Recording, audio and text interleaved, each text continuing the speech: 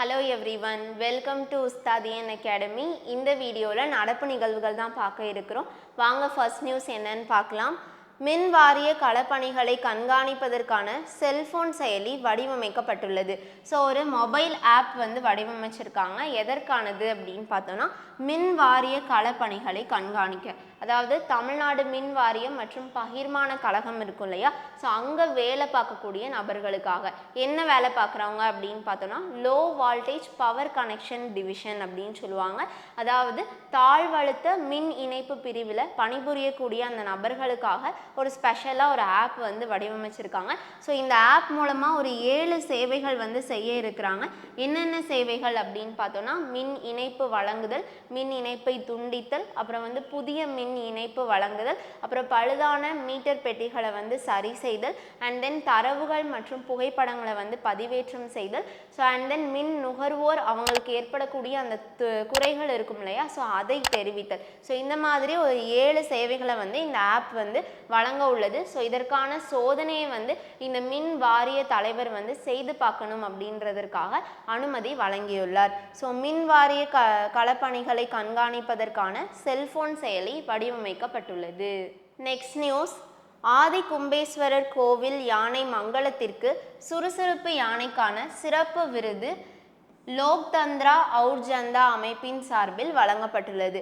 So first அவார்டை வச்சு பார்க்குறோம். என்ன அவார்டு அப்படின்னு பார்த்தோன்னா அன் ஆக்டிவ் எலிஃபண்ட் அவார்ட், சுறுசுறுப்புக்கான யானைக்கான விருது. யாருக்கு கொடுத்துருக்காங்க, எந்த யானை கொடுத்துருக்காங்க அப்படின்னு பார்த்தோன்னா ஆதி கும்பேஸ்வரர் கோவில் யானைக்கு வந்து கொடுத்துருக்காங்க. ஸோ ஆதி கும்பேஸ்வரர் கோவில் கும்பகோணத்தில் இருக்குது. ஸோ அங்கே இருக்கக்கூடிய யானை தான் எது அப்படின்னு பார்த்தோன்னா மங்களம். ஸோ இந்த யானை வந்து 1982 இந்த கோவிலுக்கு வந்து அர்ப்பணிக்கப்பட்டிருக்கும். ஸோ இப்போ வந்து இந்த யானைக்கு 56 வயது ஆகிறது. ஸோ வயதான காலத்திலும் அது மிகவும் சுறுசுறுப்பாக இருக்குது அப்படின்னு சொல்லிட்டு என்ன பண்ணியிருக்காங்க அப்படின்னு பார்த்தோன்னா சுறுசுறுப்பு யானைக்கான விருது வந்து கொடுக்குறாங்க.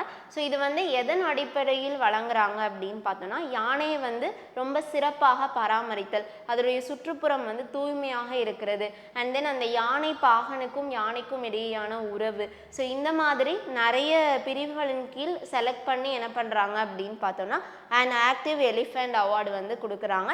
ஸோ அப்படி இந்த வருடம் ஆதி கும்பேஸ்வரர் கோவில் யானை மங்களத்திற்கு சுறுசுறுப்பு யானைக்கான சிறப்பு விருது வந்து கொடுத்துருக்காங்க.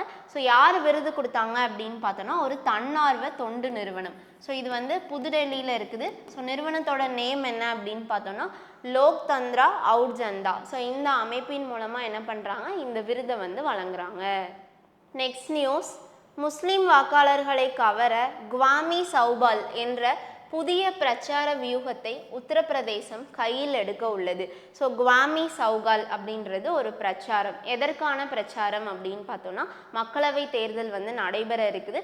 ஸோ இந்த நிலையில் உத்தரப்பிரதேசத்தில் இருக்கக்கூடிய முஸ்லீம் வாக்காளர்கள் அல்லது சிறுபான்மையினர் அவங்கள வந்து கவரக்கூடிய வகையில் அவங்களோட வாக்கை வந்து பெறணும் அப்படின்ற நோக்கத்தில் பாஜக அரசு ஒரு புதிய பிரச்சார வியூகத்தை வந்து கையில் எடுத்திருக்காங்க. அந்த நேம் தான் என்ன அப்படின்னு பார்த்தோன்னா குவாமி சௌபால்.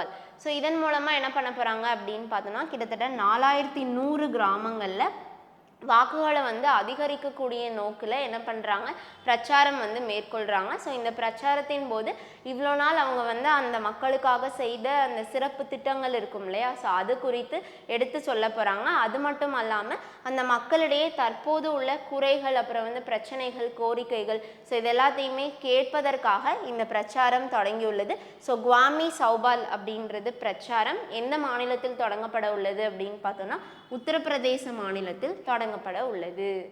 நெக்ஸ்ட் நியூஸ், அசாமில் 4 வழி சாலைகள், பாலங்கள் உட்பட ரூபாய் 11,600 கோடி திட்டம் தொடங்கினார் மோடி அவர்கள். ஸோ பிரதமர் நரேந்திர மோடி அவர்கள் அசாமில் சில திட்டங்களை வந்து தொடங்கி வச்சுருக்காங்க.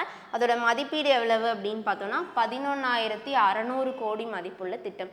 என்னென்ன திட்டங்கள் அப்படின்னு பார்த்தோன்னா சாலைகளை வந்து மேம்படுத்துவதற்கான திட்டம், அது மட்டும் இல்லாமல் அங்கே இருக்கக்கூடிய கோவில் வளாகம், ஸோ காமாத்தியா அப்படின்னு ஒரு கோவில் வந்து இருக்குது. ஸோ அந்த வளாகத்தை வந்து விரிவுபடுத்துவதற்காக அடிக்கல் வந்து நாட்டி வச்சுருக்காங்க. ஸோ அது மட்டும் இல்லாமல் அங்கே இருக்கக்கூடிய விளையாட்டு மைதானத்தை வந்து சர்வதேச அளவில் வந்து உயர்த்தணும் அப்படின்றதற்காகவும் அண்டு ஃபிஃபா கால்பந்து மைதானம் இருக்கு இல்லையா, ஸோ அந்த தரத்திற்கு இணையாக நேரு விளையாட்டு அரங்கத்தை மாற்றணும் அப்படின்றதற்காக இந்த பணிகளுக்காக அடிக்கல் நாட்டியுள்ளார் இந்திய பிரதமர் நரேந்திர மோடி அவர்கள். நெக்ஸ்ட் நியூஸ், தாஜ்மஹாலில் பிப்ரவரி 6 முதல் 8ஆம் தேதி வரை உருஸ் விழா கொண்டாடப்படுகிறது. ஸோ உருஸ் விழா தாஜ்மஹாலில் கொண்டாட இருக்கிறாங்க. ஸோ உருஸ் விழானா என்ன அப்படின்னு பார்த்தோம்னா, ஃபஸ்ட்டு தாஜ்மஹால் எங்கே இருக்குது?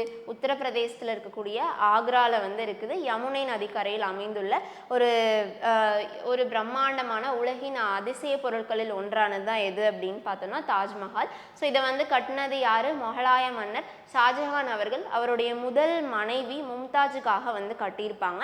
ஸோ இங்கே வந்து ஷாஜஹான் அவர்களின் பிறந்த தினத்தை தான் என்ன பண்ணுறாங்க அப்படின்னு பார்த்தோம்னா உருஸ் விழா வந்து செலிப்ரேட் பண்ணுறாங்க. ஸோ பிப்ரவரி 6லேருந்து 8 வரைக்கும் ஒரு 3 நாட்கள் இந்த கொண்டாட்டம் வந்து நடைபெற இருக்குது. ஸோ இந்த 3 நாட்களில் தாஜ்மஹாலுக்கு செல்லக்கூடிய அந்த பயணிகள் இருப்பாங்க இல்லையா, ஸோ அவங்க வந்து அனுமதி வந்து இலவசமாக அளிக்கப்படுகிறது. ஸோ உருஸ் விழா என்பது ஷாஜஹான் அவர்களின் பிறந்த தினமாக அனுசரிக்கப்படுகிறது. நெக்ஸ்ட் நியூஸ், INS சந்தியாக் ஆய்வு கப்பல் இந்திய கடற்படையில் முறைப்படி இணைக்கப்பட்டது. ஸோ INS சந்தியாக் அப்படின்ற ஒரு ஆய்வு கப்பலை என்ன பண்ணியிருக்காங்க? இந்திய கடற்படையிட்ட முறைப்படி ஒப்படைச்சிருக்காங்க, அதாவது இணைச்சிருக்காங்க. INS சந்தியாக் இந்த ஆய்வு கப்பலை யார் வடிவமைச்சாங்க அப்படின்னு பார்த்தோன்னா Garden Reach Ship Builders engineers இருப்பாங்க இல்லையா, ஸோ அவங்களால் வடிவமைக்கப்பட்ட ஒரு கப்பல் தான் இது INS சந்தியாக். ஸோ அவங்க வந்து ஒரு 4 ஆய்வு கப்பலை வந்து நம்மளுக்கு வடிவமைச்சு தர இருக்கிறாங்க. ஸோ அதில் முதல் கப்பல் தான் எது அப்படின்னு பார்த்தோன்னா INS சந்தியாக். ஸோ இந்த INS சந்தியாக் கப்பலை இந்திய கடற்படையிட்ட என்ன பண்ணியிருக்காங்க? விசாகப்பட்டினத்தில், ஆந்திர மாநிலத்தில் இருக்கக்கூடிய விசாகப்பட்டினத்தில் முறைப்படி கடற்படையிடம் இணைத்துள்ளனர். நெக்ஸ்ட் நியூஸ், முன்னாள் துணை பிரதமர் LK அத்வானிக்கு பாரத ரத்னா விருது அறிவிக்கப்பட்டுள்ளது. ஸோ முன்னாள் துணை பிரதமராக இருந்த ஒரு நபர் தான் யார் அப்படின்னு பார்த்தோன்னா LK அத்வானி.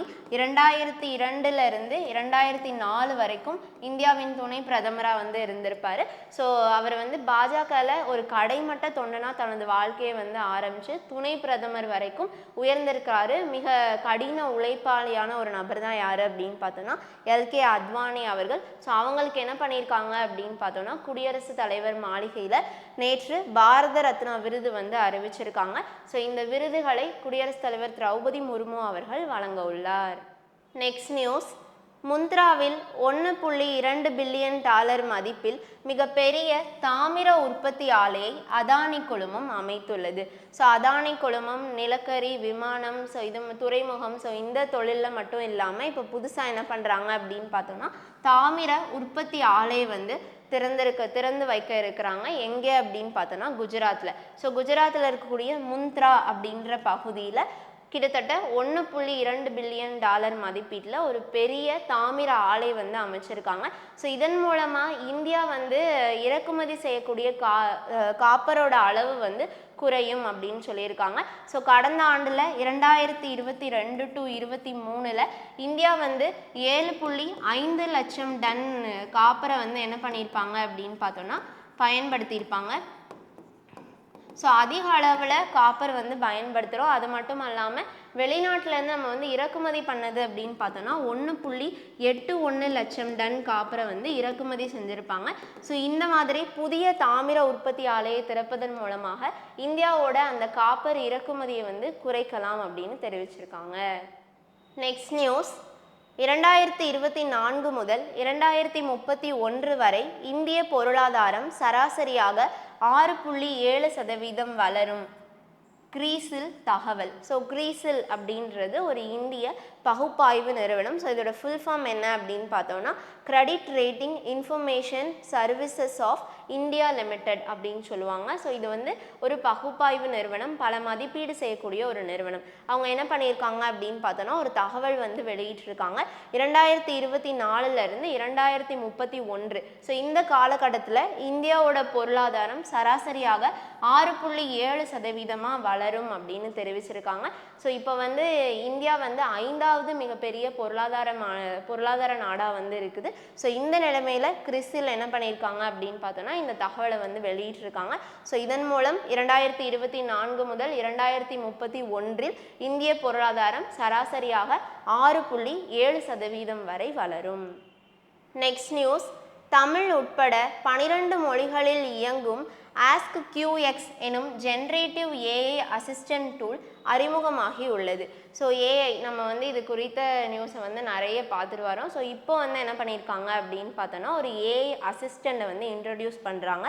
என்னது அப்படின்னு பார்த்தோன்னா ஆஸ்க் கியூஎக்ஸ். ஸோ இது வந்து ஒரு மொழிபெயர்ப்பாளர். ஸோ இதை வந்து யார் வடிவமைச்சிருக்காங்க, எந்த நிறுவனம் வந்து உருவாக்கியிருக்கு அப்படின்னு பார்த்தோன்னா QX லேப் ஏஐ அப்படின்ற ஒரு நிறுவனம் வந்து இதை வந்து வடிவமைச்சிருக்காங்க. கிட்டத்தட்ட 100 மொழிகளில் பயன்படுத்தக்கூடிய வகையில் இந்த மொழிபெயர்ப்பாளரை வந்து உருவாக்கியிருக்காங்க. அதில் முக்கியமாக அப்படின்னு பார்த்தோன்னா இந்திய மொழிகள் 12 மொழிகளில் வந்து இயங்கும் அப்படின்னு தெரிவிச்சிருக்காங்க. ஸோ அதில் தமிழும் இருக்குது அப்படின்னு சொல்லியிருக்காங்க. ஸோ இதன் மூலமாக தமிழ் உட்பட 12 மொழிகளில் இயங்கும் ஆஸ்க் கியூஎக்ஸ் எனும் ஜென்ரேட்டிவ் ஏஐ அசிஸ்டன்ட் டூலை அறிமுகப்படுத்தியுள்ளது. ஸோ இந்த வீடியோவில் இன்னைக்கான நடப்பு நிகழ்வுகள் பார்த்தோம். அடுத்த வீடியோவில் சந்திக்கலாம். தேங்க்யூ.